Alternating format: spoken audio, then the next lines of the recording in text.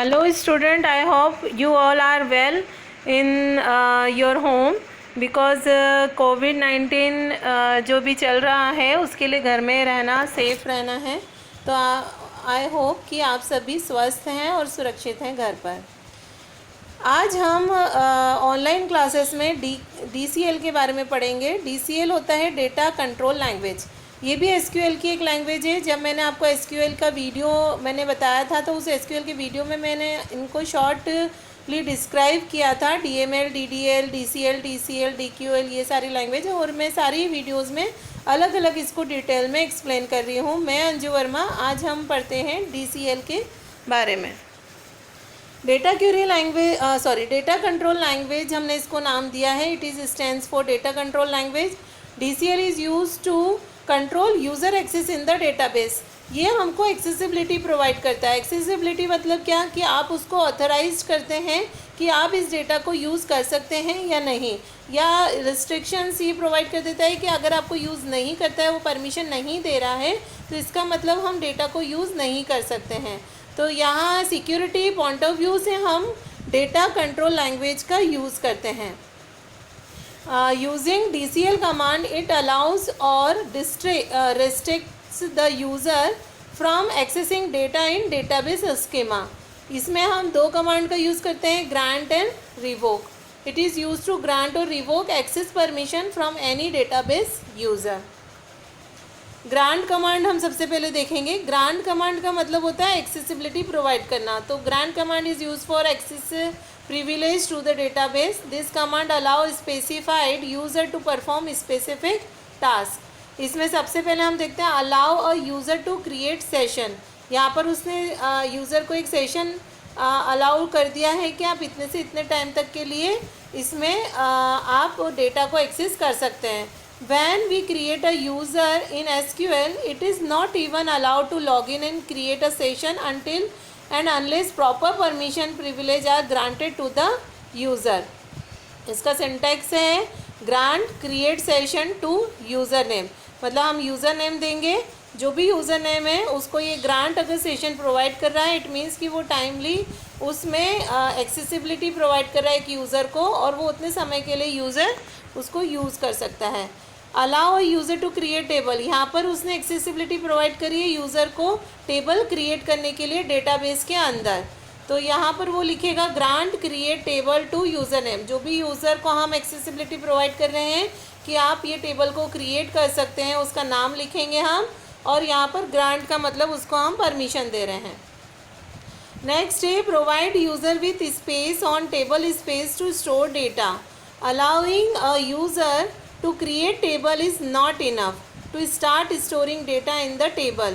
We also must provide the user with privileges to use the available table space for their table and data. तो हम यहाँ पर table space उसको provide करेंगे।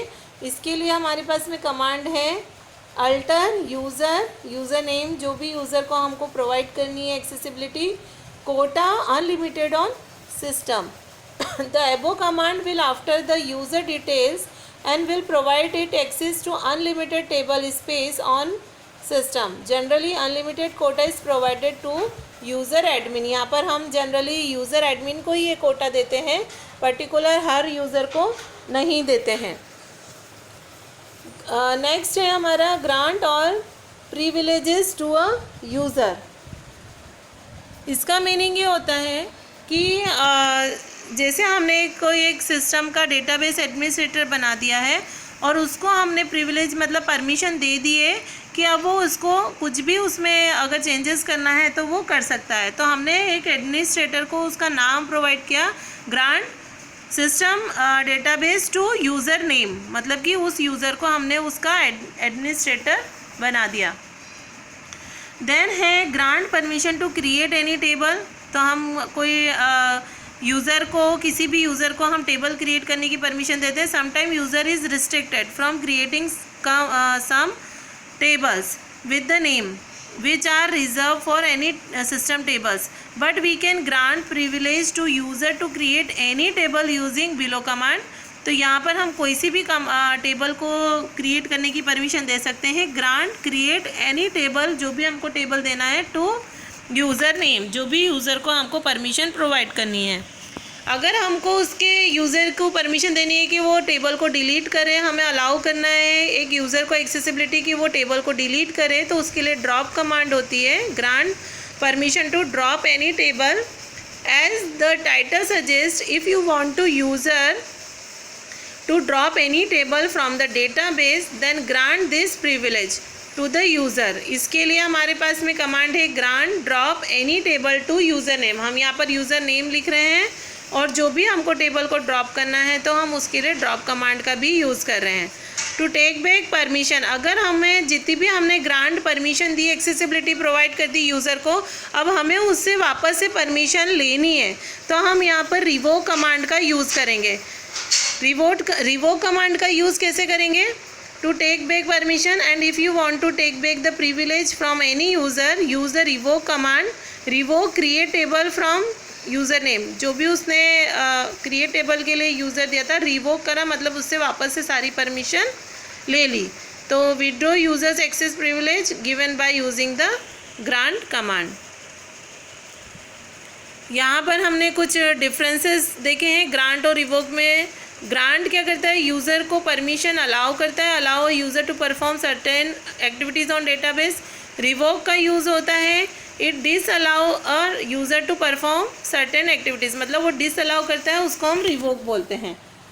It grants access privilege for database object to the other user, ये other user को भी permission देता है, एक्सेसिबिलिटी देता है। और रिवोक अदर पर्सन से वो एक्सेसिबिलिटी वापस से ले लेता है।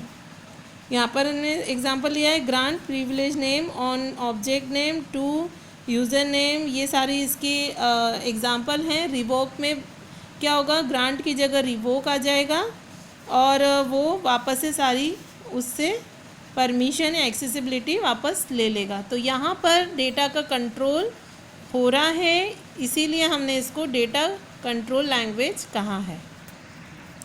Thank you student. ये वीडियो अगर आपको पसंद आया हो तो लाइक और सब्सक्राइब ज़रूर कीजिएगा और कोई भी डाउट हो तो आप कमेंट बॉक्स में लिख के कमेंट कर सकते हैं। Thank you.